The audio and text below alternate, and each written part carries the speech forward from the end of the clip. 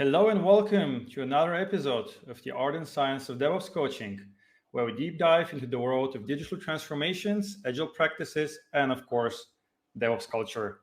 I'm your host, Marian, committed to bringing you insights from the industry leaders who are changing the game in DevOps and today security as well. And that's also the special episode in store for you, security as an enabler for DevOps. And we've invited seasoned IT security leaders here who are the driving forces behind some of the most sound cybersecurity strategies in the tech space. Their collective knowledge and experience span different industries, for sure, different continents, and a variety of customers and organizations across different sectors. So without further ado, our first guest joining us from Munich, Germany, Kurim Lodi, an experienced information security officer with a demonstrated history of working in the financial services industry with a total of over 14 years of experience. Currently, he is an information security strategy lead in Boston Consulting Group. Lodi, welcome to the show. Well, thank you very much. Nice being here. Next up, we have the pleasure of hosting you, Manolia Roy, dialing with us from Auburn, Illinois, United States.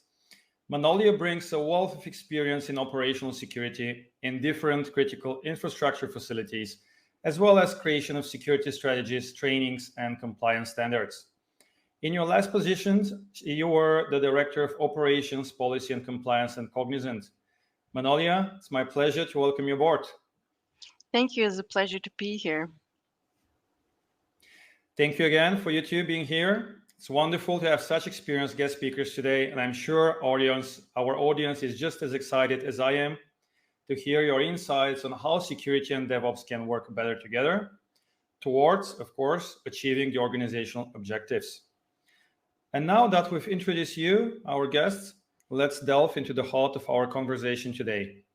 And I would like to start with a bit settling the topic into the scene. And in my own words, as DevOps become more and more popular due to the benefits that it brings both to IT and business, the focus often can shift from fast delivery of new functionalities, right? So in the end, this is what DevOps is about. And if neglected, cybersecurity tends to get kind of patched, hot-fixed, or simply rugged under the carpet.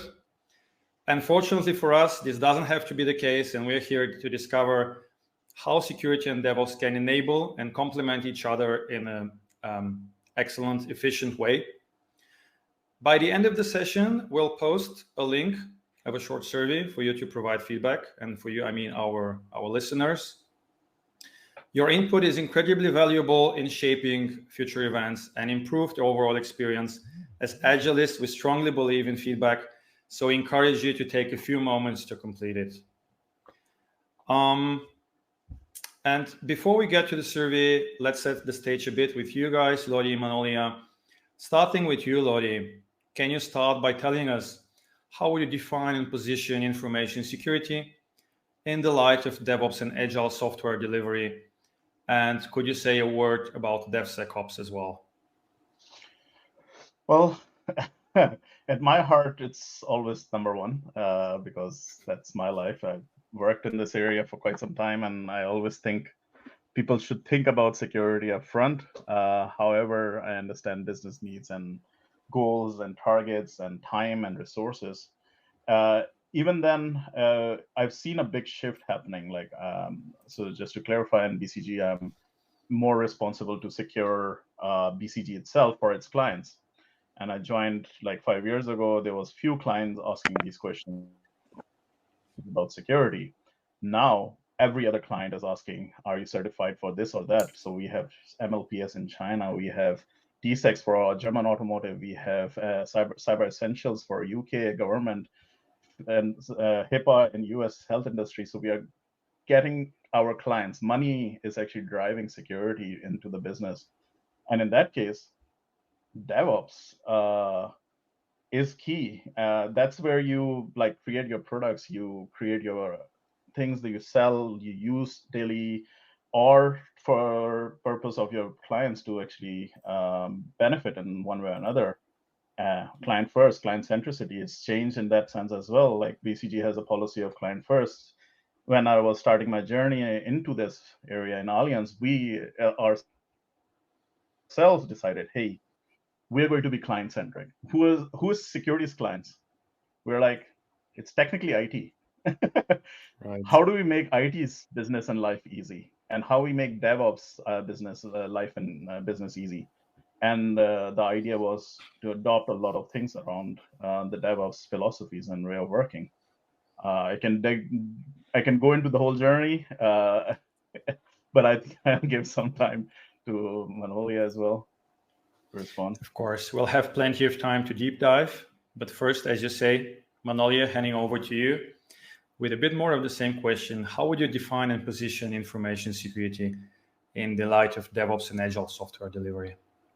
Right. Thank you for the question. And I have to, first of all, agree with Lodi.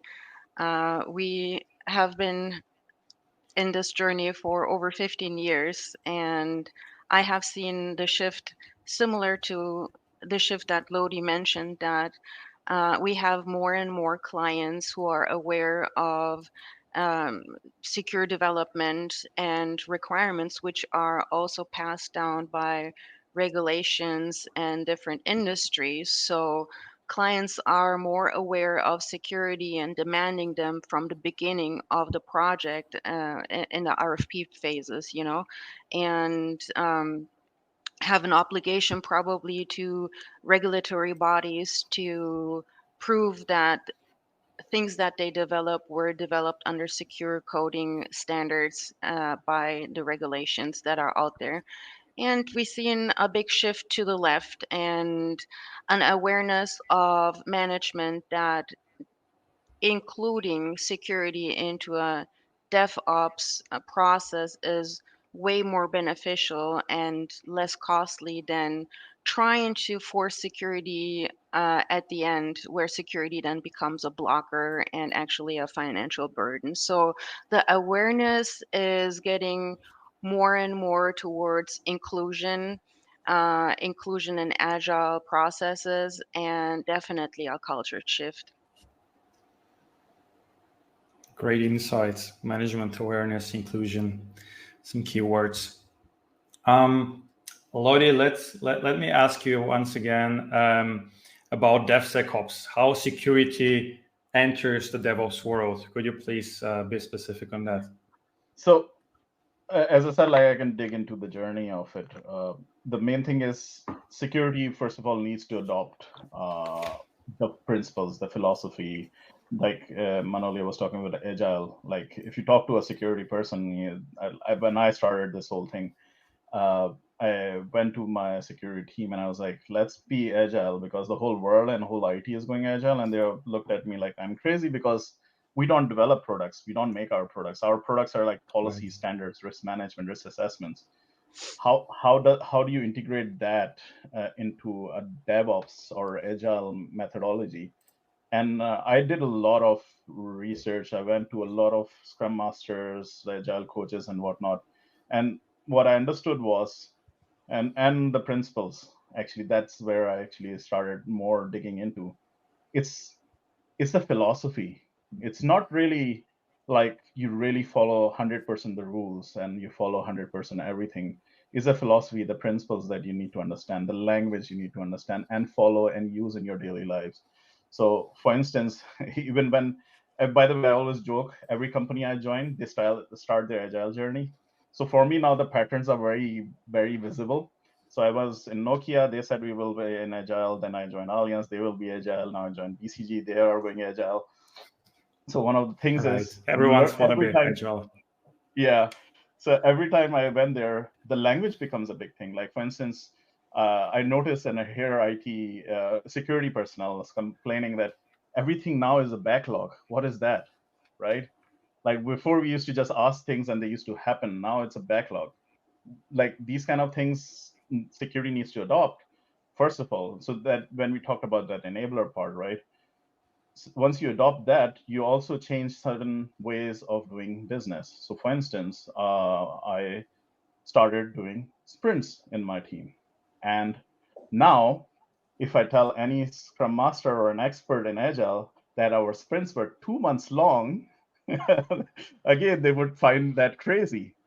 However, there was one thing I would still acknowledge with my team: they were willing, and that's also very important. You cannot enforce certain philosophy or methodology on people and expect results.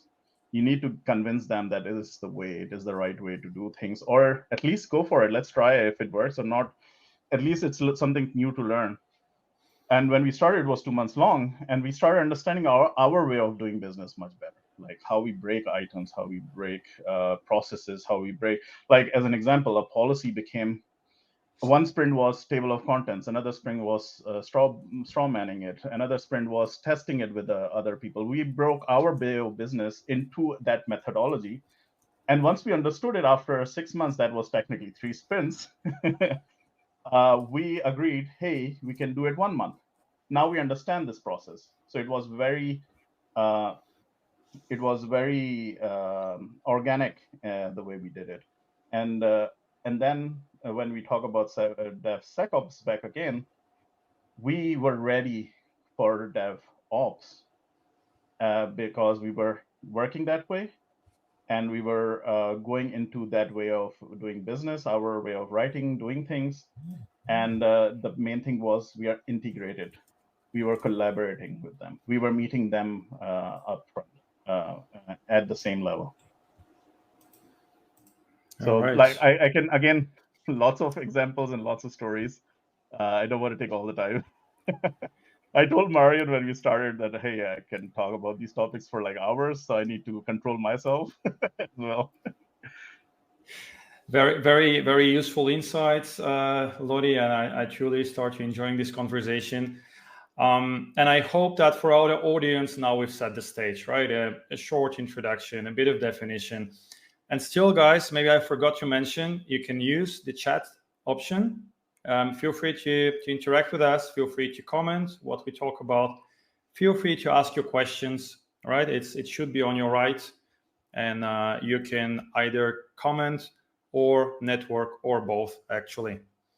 And now that we've set the stage, let's get started with our first topic. We've thought to take you on a little journey, and that would be security in traditional teams and its shift to agile and DevOps setup. So, Manolia, handing over to you. From your experience, what paradigm shifts in the role of security, risk, and compliance in organizations aiming for agile software delivery have happened during the last few years? And also, what about cybersecurity in the context of company culture? Okay, thank you for that. So I think we have seen some paradigm shift in the field driven by main 2 3 aspects, and I think the main aspect is that we have seen in the past few years an increase of cybersecurity incidents, and these incidents actually becoming very public and exposed. With that, we had policies and regulators step in and trying to increase security with coming out with new regulations for different type of verticals, and trying to guide companies through these difficult times sometimes of security incidents and how to secure their services. So I want to say that with that, there was a higher awareness of how to develop software or platforms with security in mind, because security development became part of risk and compliance management and part of the regulations. So um, I've been seeing that companies have included more frequently risk assessments, talked more about including security into their development process by design, called security by design. We have seen with that where security becomes part of the development cycle, that we plan ahead for mitigation and control strategies, security control strategies. And with that, trying to comply with standards and regulations. That's number one. Um, the second thing is taking these regulations and expectations from customer into the development process. So I have seen an increased shift in integrating security into the agile process, which means that security isn't embedded in the entire security development life cycle. So going from the beginning to the end as an holistic approach. Now, it might not be always 100% possible from the beginning, but I can tell you the shift is there, and companies are starting to implement security by design and integrating security into the agile development process step by step, which I would recommend anyways. And at the end of the day, with these two factors, we are seeing slowly but surely a cultural shift towards including security in the development and adapting DevSecOps, which leadership has also noticed that customers are more satisfied with the quality delivered because quality control is a big part of development and security, and companies are saving money and having lots of benefits from including security from the beginning instead of trying to implement security at the end of a process. And it's more of a blocker, process blocker or project blocker, and becomes a burden and a financial issue basically. Does that make sense? Absolutely, absolutely. I love the explanation of including security into the software delivery lifecycle, as well as this cultural shift that you just described. Hmm. Um, let us include our guest speakers. Guest listeners. We have a first question from Ismail. DevOps versus GitOps. Lodi, maybe this one could be for you. Is GitOps slowly replacing DevOps? What do you think?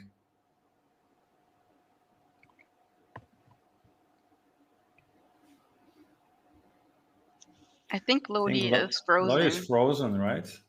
All right. Um, let us move on. I'll try back reaching him in a few seconds.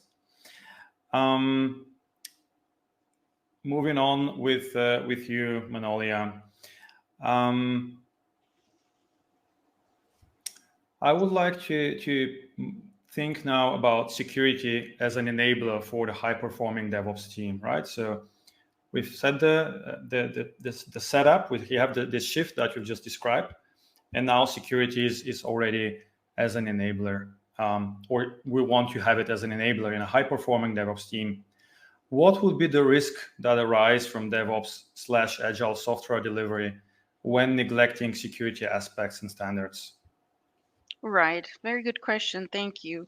So let's start with the technical aspects, right? If we develop code and develop software and we neglect perhaps to implement security checks and security controls in the different agile phases, we increase the risk of having more vulnerabilities than we need to, or having vulnerabilities at the end that are exploitable. And at that point, if we look at it at the end of the process, these vulnerabilities may not be fixed immediately because of certain processes, pressure to release, or not being able to do that at that time. So, assuming that we have vulnerabilities that exist because we didn't implement security, which is a high risk then for getting exploited. Um, if vulnerabilities get exploited, the risk of data breach and customers may be losing crucial information, or customer information is exposed, is one of the biggest risks then we have to deal with. You could think about what kind of information, like sensitive data or intellectual property. And then with that, we will be the risk facing of loss of reputation or the loss of, trust becomes really real and at the same time also very costly, because when we have security risk that lead to some sort of exploitation or security incident, you can assume that we will have big financial losses from that, because the customer probably does not want to continue the project or has definitely developed some trust issues and will not probably continue doing projects with us. So I would say the financial aspect, the reputation, and also overall competency loss are one of the three biggest risks that I see if we do not include security into our development. Wow, that's quite a list of risk, right? So financial damage, loss of image, loss of reputation, competency loss. And listening to you, Manoli, I was thinking, who would be accountable for that? How would you raise awareness about all these risks? Do you have something in your toolbox of experience? Yes.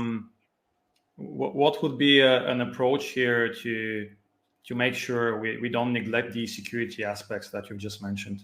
Yes, I love that question, because I think this is one of the most important questions, because we can make rules and we can set up processes and requirements, but if we don't find the people who are responsible and who are actually following through and making sure that everything we expect to be processed is actually processed, right? So the question becomes very important. I want to say in an agile environment, and now this is the beauty of including security into a DevOps process. So if we develop a DevSecOps process, security actually becomes everyone's problem. So we should look at it as an agile responsibility process. So it's not like you have a team of developers, managers, operation, and then probably the quality insurance person and the project manager, and you have a security person that goes around and takes care of all the security issues. That is the wrong approach. That is not an agile approach. Now, in a DevSecOps environment and in an agile environment, security becomes everybody's job and everybody's issue.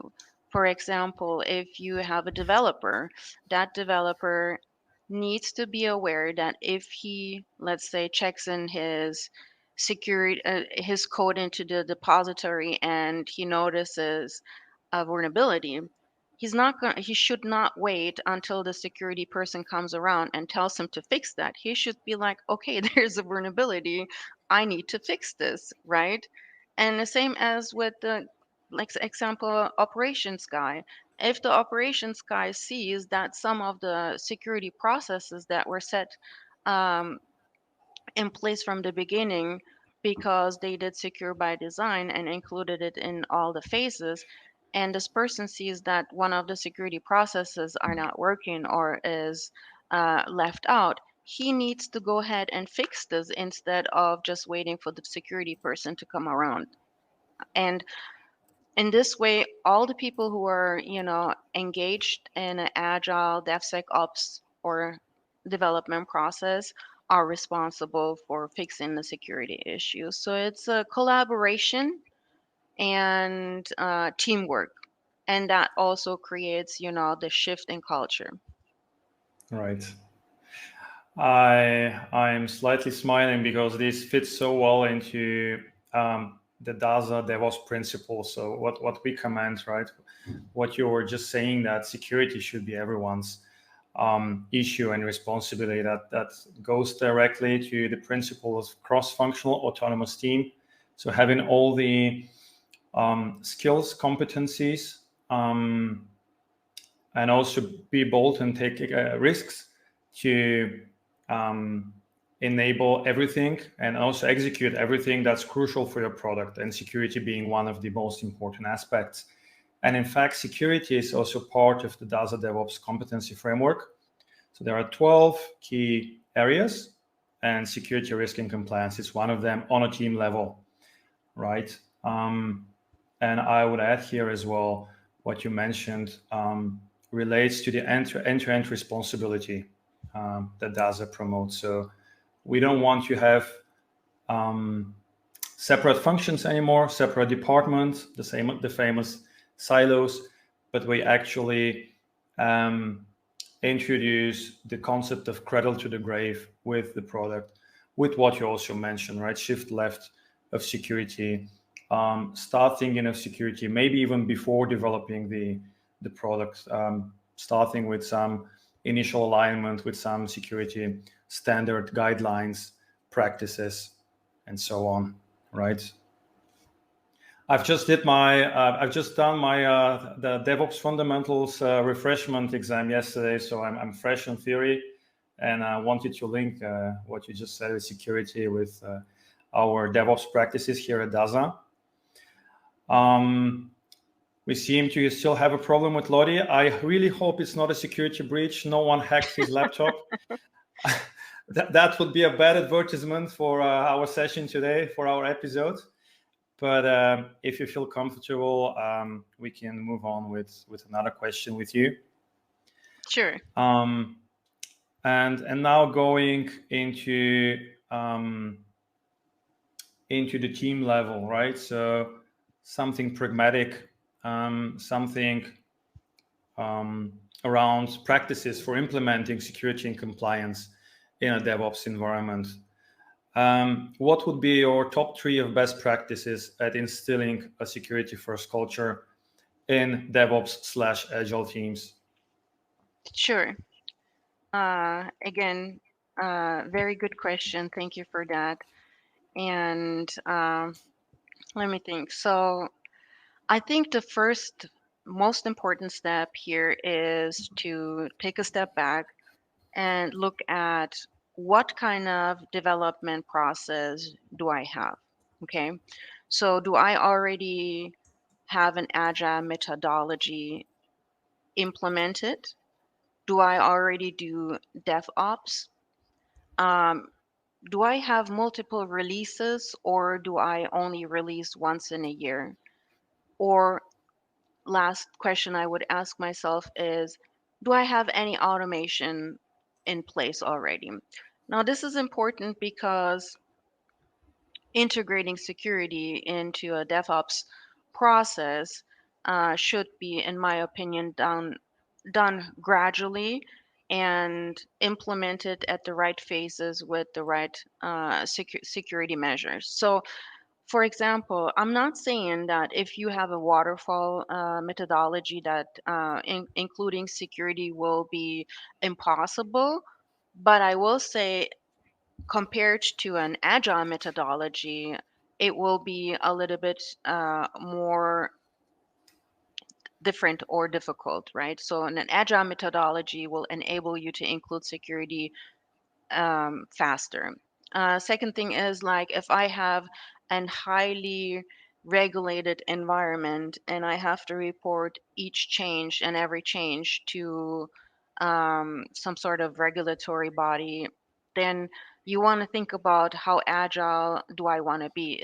Does it even make sense to implement an agile DevSecOps methodology? And with that, if I only have like a release once a year or twice a year and no automation, how difficult will it be for me to adopt an agile methodology regarding security? So I think evaluating your operating model is the first step. So after you do that, you can then decide how you want to integrate security. And you should, of course, if you have to advocate for an agile security DevSecOps methodology, analyze all your benefits that you will see based on the things that you're trying to accomplish, based on the product you're developing or the process or the customer requirements. So have that set of benefits ready to talk to your managers about if they challenge you. And if you have, analyzed your environment and you decided it's a good fit and you brought the benefits up to your manager and everybody's, agreeing on adapting DevSecOps, for instance, I believe you should do it then in different phases. The first phase would be integrating security into your development lifecycle. So we call it secure by design. GDPR asks us for it. A lot of other standards ask for it as well. So including security from the very beginning, from the design phase. Second thing I would do, and this is a little bit of an exception, I would think about introducing threat modeling into the design phase. But if your organization has people who have done threat modeling and are new to the concept, then might want to look at integrating this in a second phase where you are trying to mature your program, because it takes knowledge and training to do threat modeling and to do it the right way, basically. Manolia, if I may interrupt, Yeah. could you explain threat modeling to me? I'm new to the topic. Oh yeah. So when we do threat modeling, is basically we are looking at different scenarios that could impact what we're doing, and how we do things from a security risk point of view. For example, we can do threat modeling by the STRIDE methodology. So we come up with scenarios that could impact the security of our development. For example, at that methodology, the S stands for spoofing. Is spoofing possible, right? Is tampering possible? Did I look at my vulnerabilities?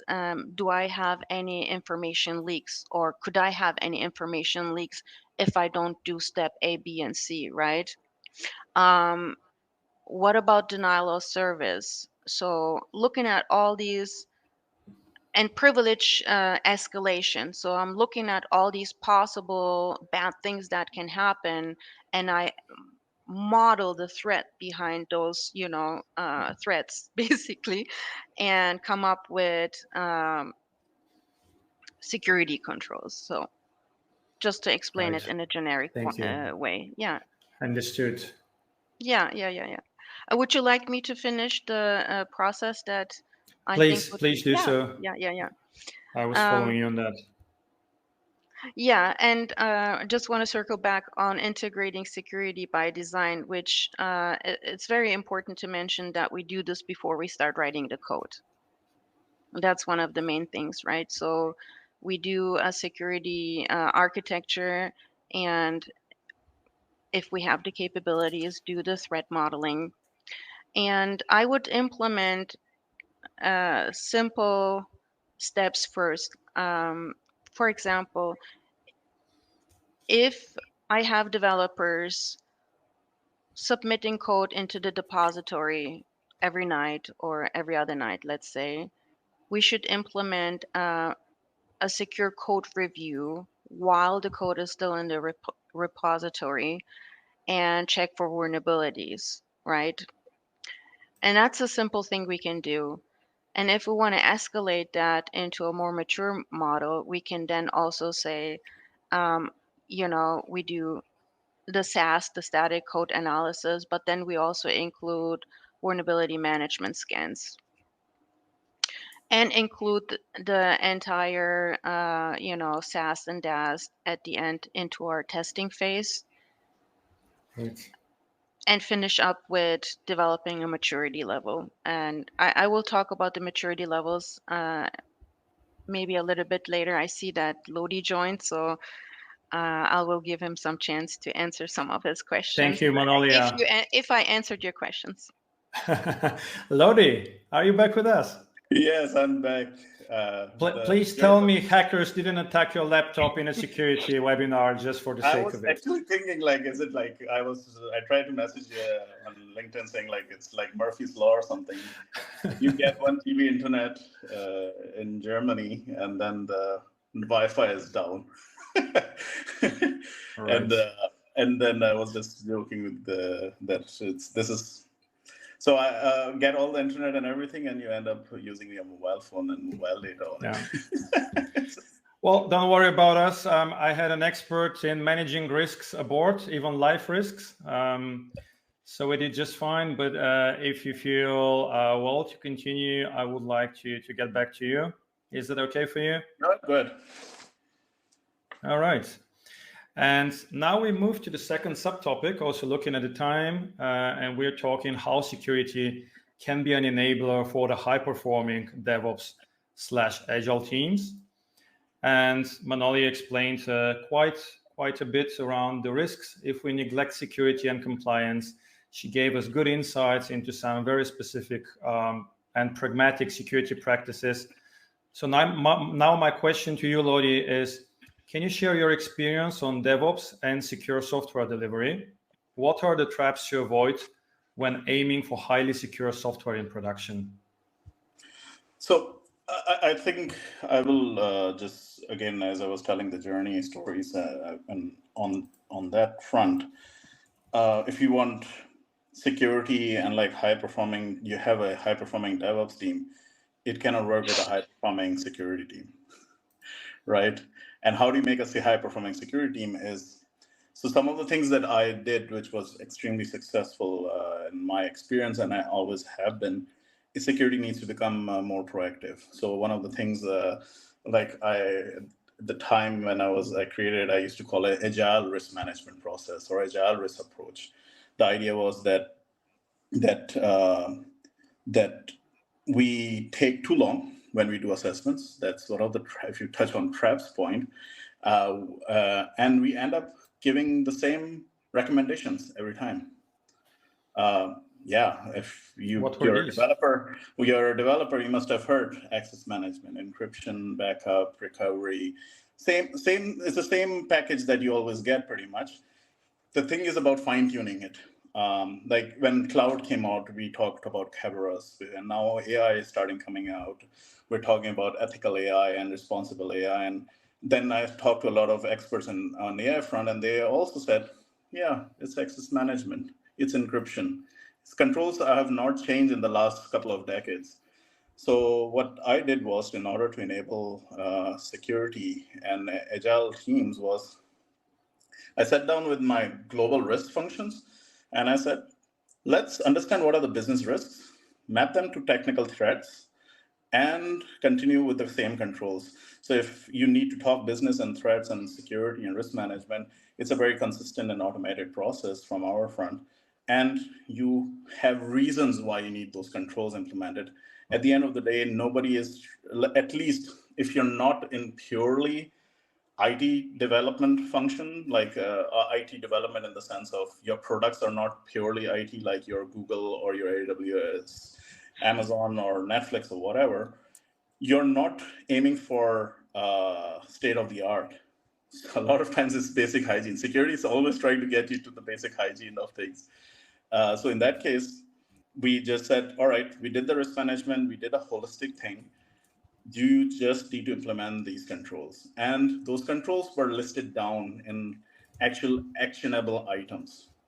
So now the agile team, like I remember when I first time introduced the concept to the Scrum Master or product owner in that case, and he was like, what? This is done in 15 minutes? Last time I had to hire a project manager who took 3 months to do the assessment, and then we got the results and all these things. Now it's done in 15 minutes. I said, yes, because I did all the pre-work that we do every time repeatedly. you can even automate it. To be honest, we did that, and now I'm discussing ideas to get AI involved in there as well. Let's see if you have enough data to actually train it. But the main thing is, then you enable your DevOps team. Now, the traps here could be that you did it very generically, which could be a criticism for it. But the idea was, now your security team actually and your DevOps team have time to invest into the things that could have been missed out if their time was not available. So now I would tell my architects, my engineers to actually go deeper into certain controls and look and investigate certain controls more. But we cover our bases holistically and in depth as well, based on our architecture, based on our enterprise architecture, based on our security expectation, laws, legal regulations, whatever you might need to, that are already covered. So now you have time to investigate and be more specific and customizing it. Right. Thank you.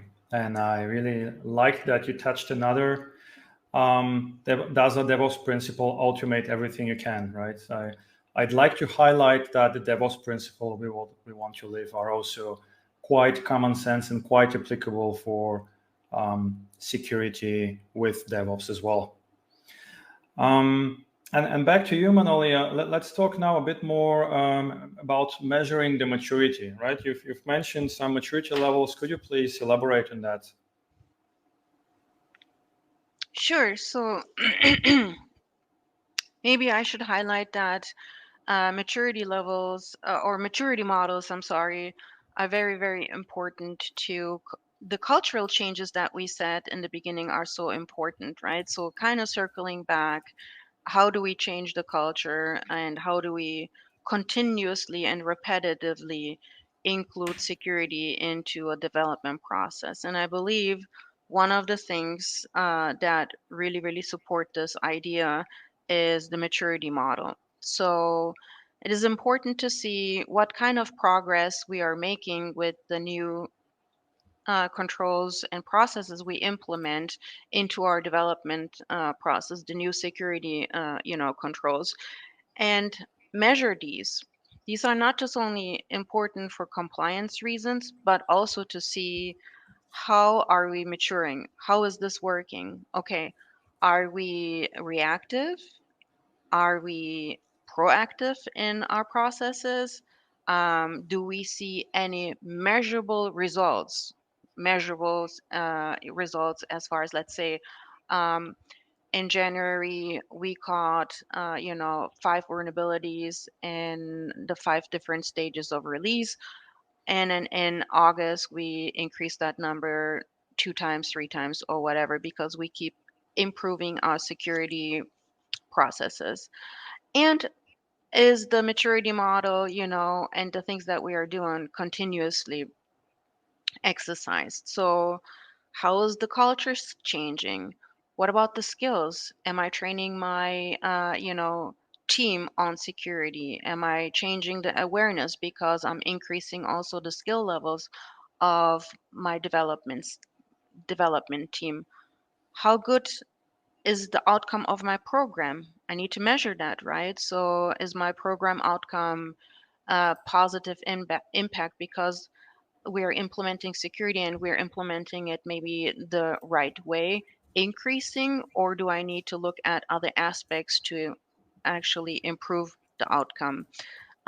Is security now becoming a priority and part of the development, part of the build and the deploy phase? Is the security integrated? What about patching? Are we including patching when we see the vulnerabilities, or are we still doing the old methodology of patching at the end and it becomes a headache? And lastly, testing and verification. So what we want to do is implement gradually, but surely a robust program that is repeatable. And in my opinion, progress is the most important part and not perfection. And if people ask where they can find examples for maturity models, they can go onto devsecops.org, or the OWASP maturity levels are like really, really good place to start. And I think you had some examples of where they can, our audience, if they want to look at maturity levels, can go as well. Great. Well, make sure to include the recommendation in the key takeaways that are distributed after the webinar. Mm-hmm. And I also loved the phrase, was it progress, not perfection, right? Yes, that is very much important. in the agile spirit. Mm-hmm. Awesome. And maybe one last question on measurement, right? So in DevOps, we have measurement as a key dimension and a key aspect. So Lottie, back to you. How do the 4 DORA metrics, and for those who are not familiar with, DORA is DevOps Research Association, and they recommend 4 metrics. So how these metrics relate to software security improvements in the development process? I have the DORA metrics open on my laptop. Can you just give me Sure. one by one, because then I'll touch one by one. So let's start with deployment frequency. So deployment of new features, the frequency of deployment of new features. So exactly as where I started with my journey, right? Like when we started becoming agile, our deployment frequency, if you think about it, was 2 months, and actually 6 months, to be honest, because we needed to provide guidance to IT or our DevOps team on how malware protection should be on a product, right, or on the server, or on the system, on the development side, or whatever. And we didn't produce a pattern for it for 3 years before we started going in this direction, and then it was done in 6 months. It was, again, the idea was we were constantly pushing for it. We were like having our daily stand-ups. The person who was assigned for it, he was like, I'm like, what are you doing? Where is it going? When is it going to be delivered? Do I need to talk to we were all doing role play, by the way. So like, if anyone's into role playing, we did a lot of role play. Like our manager became the product owner, and like I was the scrum master, and other very people dynamic. Yeah, so the idea was that that we, as I said, like philosophy and principles, that's what we were trying to aim for. So, and then I was like, okay, if you cannot deliver, and he was like, yeah, because security is such in the middle zone. We need to make sure that DevOps is working, and the services and incidents are also being managed at the same time. So that person was like, hey, this incident happened. I have to. He pulled me out for this, and he pulled me out for that. So I was like, do I need to escalate to our product owner that this is not going to hit our planned timelines and sprint goals and whatnot? And next day I started getting results. So next day he started reporting, and he got updates and everything, and we had a pattern ready. And what Manolya was touching on, that pattern was also like, we used a CMMI model, capability maturity, and it was very simply done. 0, you don't have it. Go ahead. Lottie, for the sake of time, let's check quickly the other 3 metrics. We have roughly 12 minutes left. Sorry to interrupt you. No, it's a lot of stories and a lot of insight. Lodi has to catch up because he missed. Indeed. Yeah, what about lead time for changes? How this relates to security? So again, I think I was kind of going over it anyway, indirectly. Yeah. Because again, like you guys need to hit deployments, and then the changes come in, and changes need to be hit as well. Now, again, security is involved. Security needs to be available with their requirements up front. Security needs to provide these things so that you guys can function on time. Now, as I was talking about that pattern as an example, and the maturity models that I was touching on, they actually build on it. So, for instance, if we have those requirements written down and they are readily available, we don't waste time in analysis. We don't waste time in assessments. We don't waste time in consultation. We know what are the targets to hit. So when a change happens, I was actually just talking to us architect yesterday just to make him understand the same concepts. It's like, if you have that criteria up front, then you can document that as well so that everyone knows why this decision was made, and deployment and these changes, and they don't cause incidents afterwards as well, by the way. I saw some eyes that I need to stop as well, so I stopped in the middle. Go ahead. Thank you, Lodi. I think we can go on for hours, and maybe it makes sense to have a follow-up session and follow-up episode on security and DevOps. Really very good insights.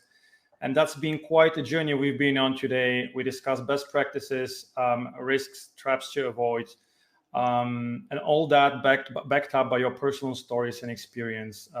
And thank you, Lodi and Manolia, for that. That was very enlightening for me. And one of the last questions to you, Manolia, what are the top 3 takeaways from this discussion that you want the audience to take with them after today?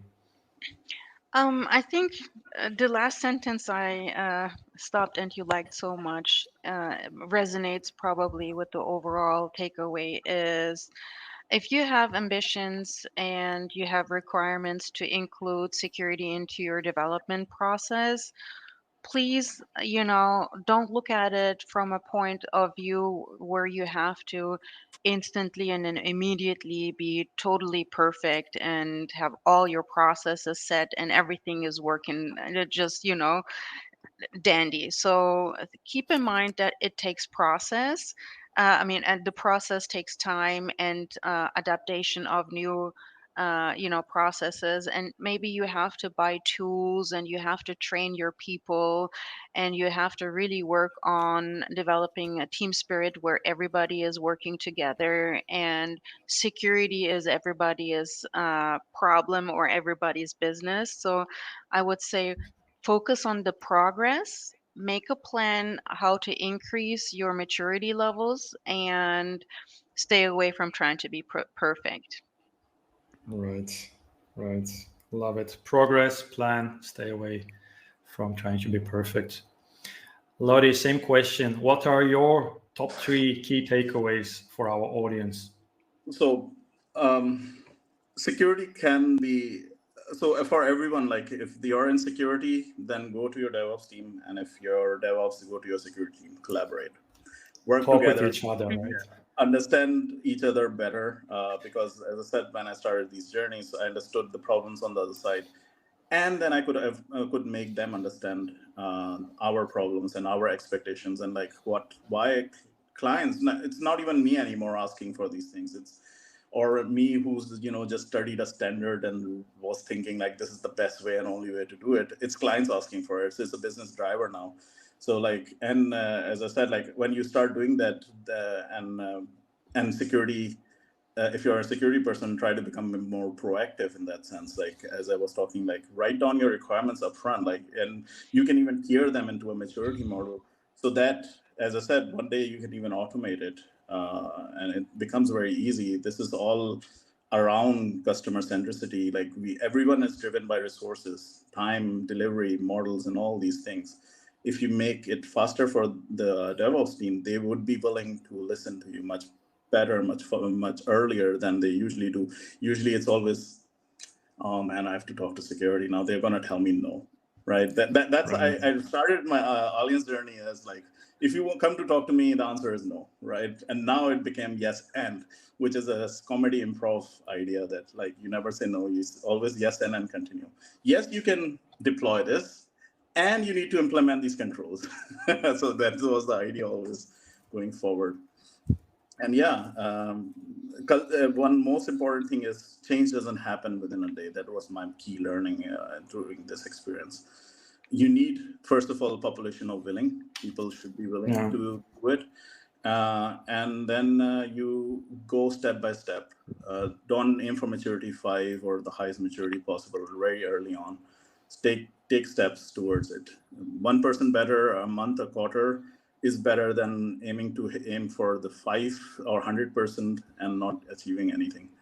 So I think that would be my key takeaways for this. Absolutely agree, Lori. Thank you. Manolia, is there something else to add on your side? Yes, I would probably also add as a last point, go for the quick wins, right? Because when Lodi said Good one.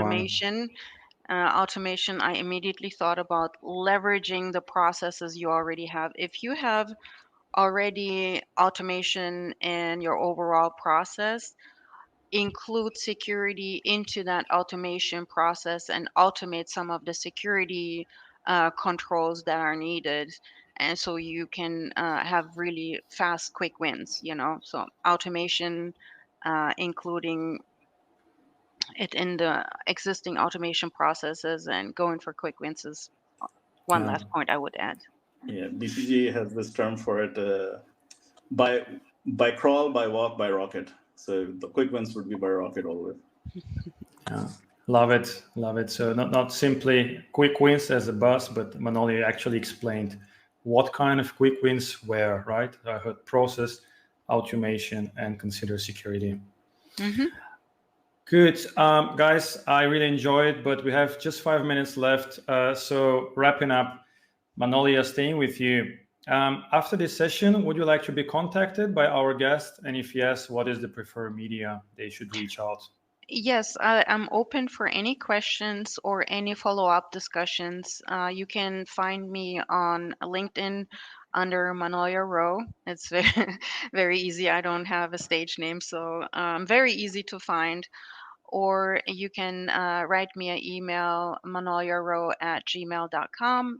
And I love to have any conversation, follow-up, or any discussions that concern security.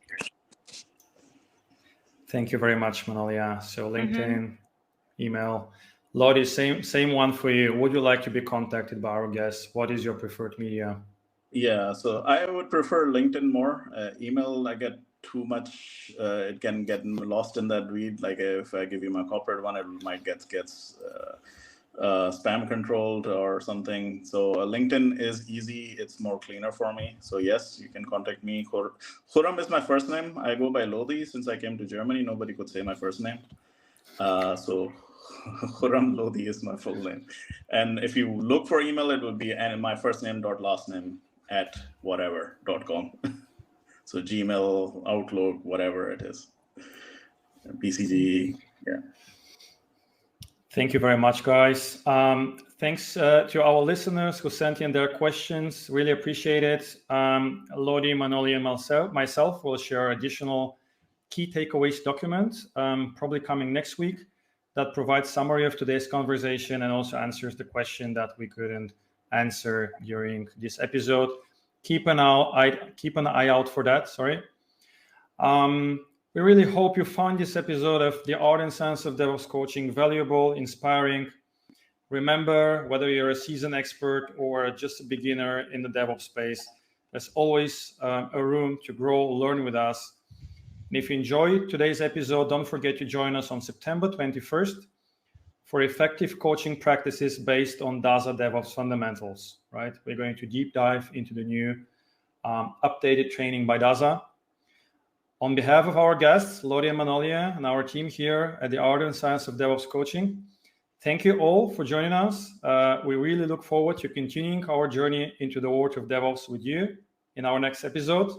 And until then, keep learning. Well, thank you, everybody who showed up today in the stream. I really appreciate you guys taking the time to listen to us. And it was a pleasure to be here. Thank you so much. And Lodi, it was so great to see you again. Yeah, it was great to see you as well. And thank you, everyone, as well. Thank you for your time. I hope it was insightful and you took something out of it. 1% better. Thank you. It was my pleasure. Goodbye. See you next time. Bye. Bye.